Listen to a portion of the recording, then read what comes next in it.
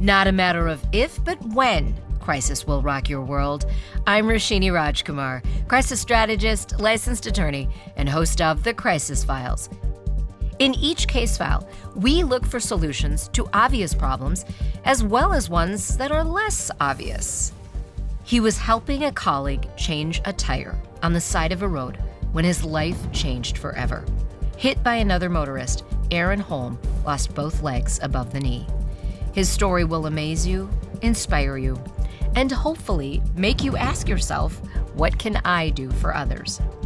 Aaron dives into all of this in the case file I call Limb Laws.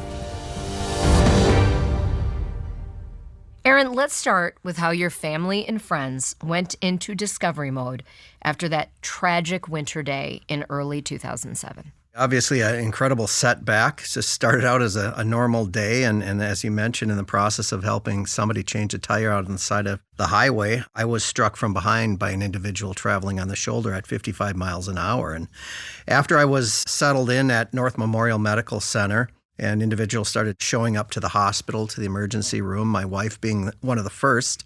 I grabbed her by the hand and I said, we're in a situation here, we're going to need some help, we're going to need some support. And the first thing that came into my mind was a personal injury attorney. And I said, we're going to need some help. We're going to need an attorney. And that kind of set the stage going forward. We weren't going to wait until the medical professionals came and said, this is what you should be looking at. This is what you should be doing next. But, she took that as we need to get some support here. People are going to ask for support and we're going to take it. So we formed these project teams, and each individual on these project teams would go out and do the diligence, do the discovery around the situation that I was in. And at the time, I was labeled a bilateral above-the-knee amputee. So both legs above the knee were gone as a result of the impact. So, you went into action like I've almost never heard of before. When someone has such a tragedy, especially a medical tragedy, that you had the wherewithal to say to your wife, we need to get on this. We need to figure this out. Yeah, really within a couple of hours, that's where our mindset was we need to get back to where we were just hours before. Active lifestyle, 3 young children, just built a brand new home just a few years prior. And I was working downtown Minneapolis. She was at Target Corporation in IT. And it was like, things have changed, but we have to figure this out. Right. So, and it's hard, I think sometimes we take for granted here in present day the medical advancements that have happened. But in 2007, and even still, we're fighting an uphill battle for people with limb loss. But you really were probably, you and your care teams were some of the trailblazers. So what actually ended up happening, because you were walking within 5 months, golfing and traveling within 6 months of the tragic accident, and then you returned to work within 9 months. That's pretty unheard of, Aaron. Yeah, it happened fast. And what we did was basically identified the 10 components of what an individual, a bilateral above-the-knee amputee, would have to focus on to get back to that lifestyle that we had become accustomed to. And those components were, the financial, the insurance, the return to work, prosthetics. We knew nothing about prosthetics at the time. We knew nothing about the passionate people that ultimately would put me back together and fit me with the devices. And honestly, I went 48 hours without even knowing that if I would ever walk again, because we had zero knowledge on technology that was available at the time. How could you know, right? You just lost about 2 of half of your legs. How can you even sit there and think I'm going to walk again? It's like you have to be in an alternate state, right? To think, yep, one day I'm going to walk again. Don't really know how I'm going to get there. Alternate state, you nailed it right there, because it was just an incredible time in our lives, just not knowing if I would be dependent on a wheelchair. And then it was really eye-opening when we did find this organization called Autobach that had this product that had been released that was a microprocessor-controlled knee that would ultimately allow me to be fit with these prosthetics and take my first steps and get back. So this entire experience, a lot of people would say, great, you put me back together, I'm back at work, I'm golfing, I'm traveling, I'm being a dad and a husband again. Let's just go back to life. But no, you decided to help other people. And you started Wiggle Your Toes, a national organization, help them to heal, recover, and flourish. At that time, though, so 2008, How did that even come to you that you wanted to do that? Because my recovery was so, I guess, quick and what we say is very successful outcome, I started meeting others and getting phone calls from families. My uncle's coming back from Afghanistan. My brother was in a motorcycle accident. My aunt has diabetes, and we were introduced to all these cases because my story kind of got out there, and we started talking to people and working with people, and we realized quickly that they didn't have that support team that I had, and we wanted to be that support team. We had built up just a wealth of knowledge over time, over the last 12 months or so, and we wanted to share that with other people to help them in their journey. So a pretty amazing stat, approximately 2 million people live with limb loss in the U.S. That number is expected to grow because of the aging population and the effects of diabetes. That's a pretty staggering number. It is a staggering number. It's discouraging, but the technology, as you mentioned, is there. There are some certain barriers to access some of these products that we work on as well through legislation and educating insurance providers and things like that. But yeah, it's fast growing. So you obviously lost your legs. Totally unbeknownst to you, this motorist would hit you from behind. In case file number 100, Breaking Views, we spoke to two television journalists, Chris and Courtney. I know you know them well. Courtney lost one part of her left leg due to a boating accident. Chris, because of chronic pain. So what are the causes of limb loss? I don't know what a lot of us think. I guess I think about the military, and then I think about people like you who were completely blindsided and were hit. Yeah, and a lot of people right away, when I travel, which I travel quite often, and people come up and thank me for my service without even asking me about my background, because it's that knowledge that a lot of people have because it's been in the media quite a bit, and the wars do drive technology, right? So, but there's a very small percent. It's like under 2% of the amputee population are military, which is that's shocking too. Isn't it? Yeah, it is. But diabetes, vascular disease are, that's number one. But then you have trauma, and we always talk about limb loss and limb difference because it's not everybody that's wearing a prosthetic is an amputee. Some people were born with a congenital limb difference. So we call it limb loss and limb difference just to cover the bases. I love that. I love knowing that. I will use that. So you've explained kind of the military, maybe someone's born that way. Let's talk just to give a lot of people some more insight, because any of us could become diabetic. Some are born with it. It's a staggering problem across the world, but especially in the United States. How does diabetes lead to limb loss?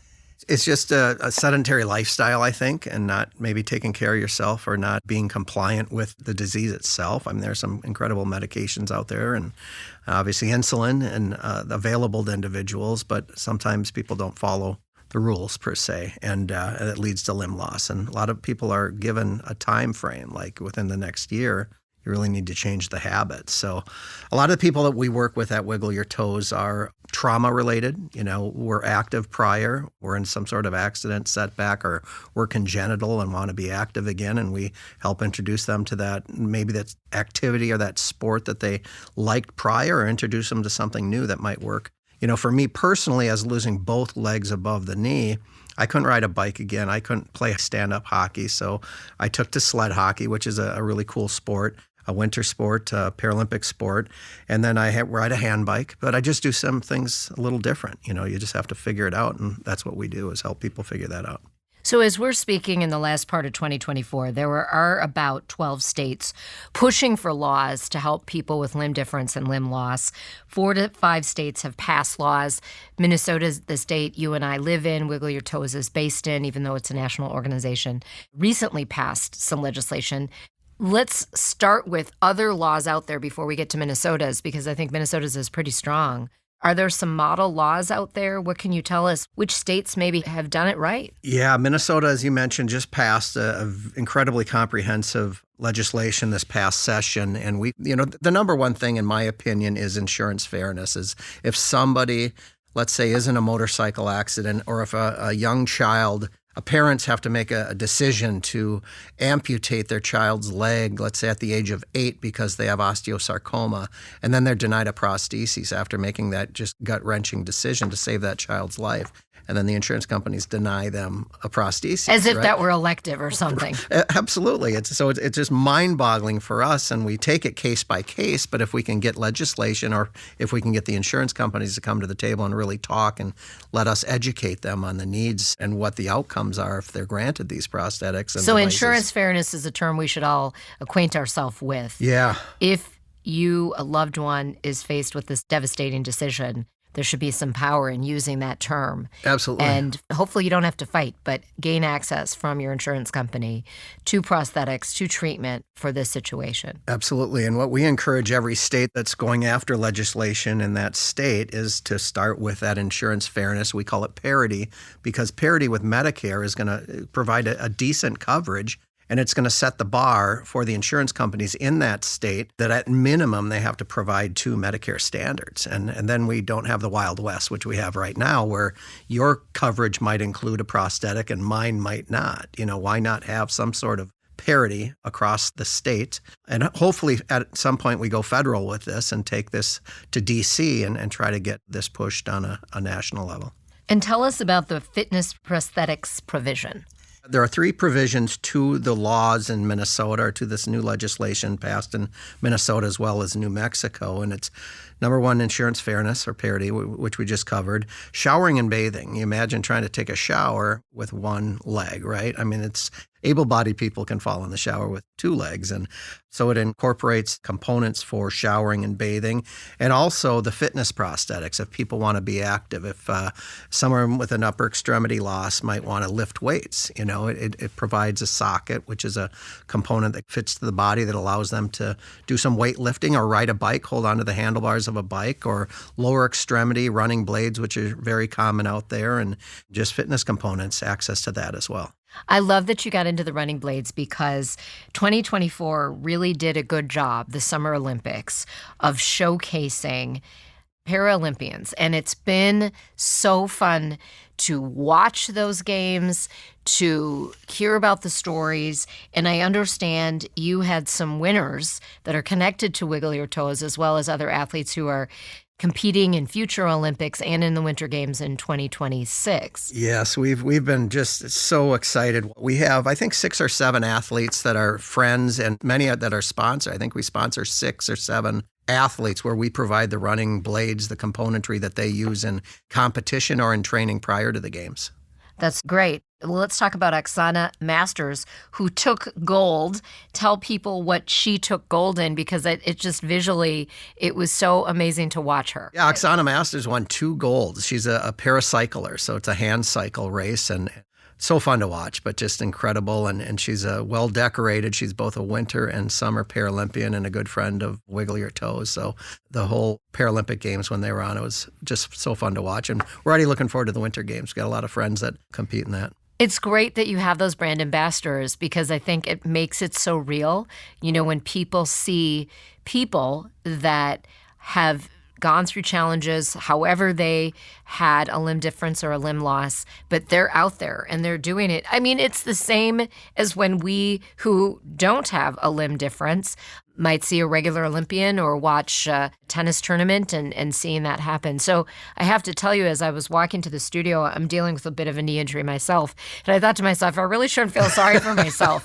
But you mentioned just even showering, getting in and out of bed, even with just a minor knee injury, I can see the difference and feel the difference on a daily basis. I can't fully imagine, Aaron, what it is like, what you have lived through. What do you want people to know? Because you're such a hopeful guy. There's no doom and gloom about you. And that's why I wanted you to talk to us on the Crisis Files. You just put it into perspective. I knew nothing about, this prior to my loss, and things happen to us. We suffer setbacks in everyday life and deal with them and keep moving forward. I mean, that's the most critical message that I can give to anybody. And you mentioned the Paralympians. Everybody has a unique story. Some people were, let's say, born that way. Some people were in traumatic accidents while they were competing in motocross or snowmobile, things like that. So every body is different, and their stories are powerful, and just overcome, keep moving forward. What can crisis filers do, no matter where they live, to help their own state or even country fight and get laws that give parity? Yeah, there's a couple more national organizations that really dive into the legislative process as well as Wiggle Your Toes, where you can go and see what we're doing and what we're involved in. But the Amputee Coalition, American Orthotic Prosthetic Association, obviously Wiggle Your Toes, got the website wiggleyourtoes.org. But if you're interested, follow it, reach out to us directly and let us know what you're interested in. The connections are amazing. Everybody knows somebody, and I think that's how we've been successful, is building up those connections on both the state and federal level over the years. So when we do have legislation, we know where to start and who to talk to and ask for guidance. I certainly don't have a civics or background in government affairs, and I don't want a background, especially going through what we went through. But everybody knows someone, and those connections are invaluable. They are priceless. I know you're a golfer. What course do you still have to conquer? Oh, boy, there's a number of courses, but I was fortunate to play on the Ryder Cup team last year. So I got to play against Team Europe, and one of the 12 members of the team went out to Santa Barbara where Team Europe met us, and we played a 3-round tournament with a practice round, and it was pretty cool. It came down to the last hole of the last round, and I made an 8-foot putt to win the cup. So it was pretty exciting. And I talk about that and I joke about that. Like, I should have beat my opponent 5 holes ago, but it really became drama that we were the last 2 people on the course when it came down to that final hole of that tournament to win that cup. So that was really exciting. But I'd like to go back out there with my wife and play some of those courses we were able to play out in Santa Barbara. Just gorgeous. A little less pressure this time. We'll see if we can get that video from the Ryder Cup and put it on the Crisis Files YouTube page. Wow, way to bury the lead. That was huge. I had no idea in all this time of knowing you and learning about your organization. That is so great. Well, congratulations on that. Aaron, thank you for the inspiration and your insights. Find out more about Aaron's trailblazing work at wiggleyourtoes.org. Today's Crisis Brief is brought to you by Huntington. Number 1, limb difference you're born with. Limb loss can happen in a number of ways. Number 2, movement is medicine. More physical activities happen all the time. Look into what your community has to offer. Number 3, are you covered for any type of limb loss or disability? You may be surprised. Ask your provider. Sometimes reaching your goals takes more than money. It takes know-how. That's why money's just the start of what Huntington can do. Get more than money from your bank. See how at huntington.com/getmore. Follow us on YouTube and Instagram at The Crisis Files. Rate, review, and subscribe to The Crisis Files on your platform of choice. Check out our website, thecrisisfiles.com, to catch up on all case files and to send us ideas for new ones. I'm Roshini Rajkumar. Join me next time on The Crisis Files.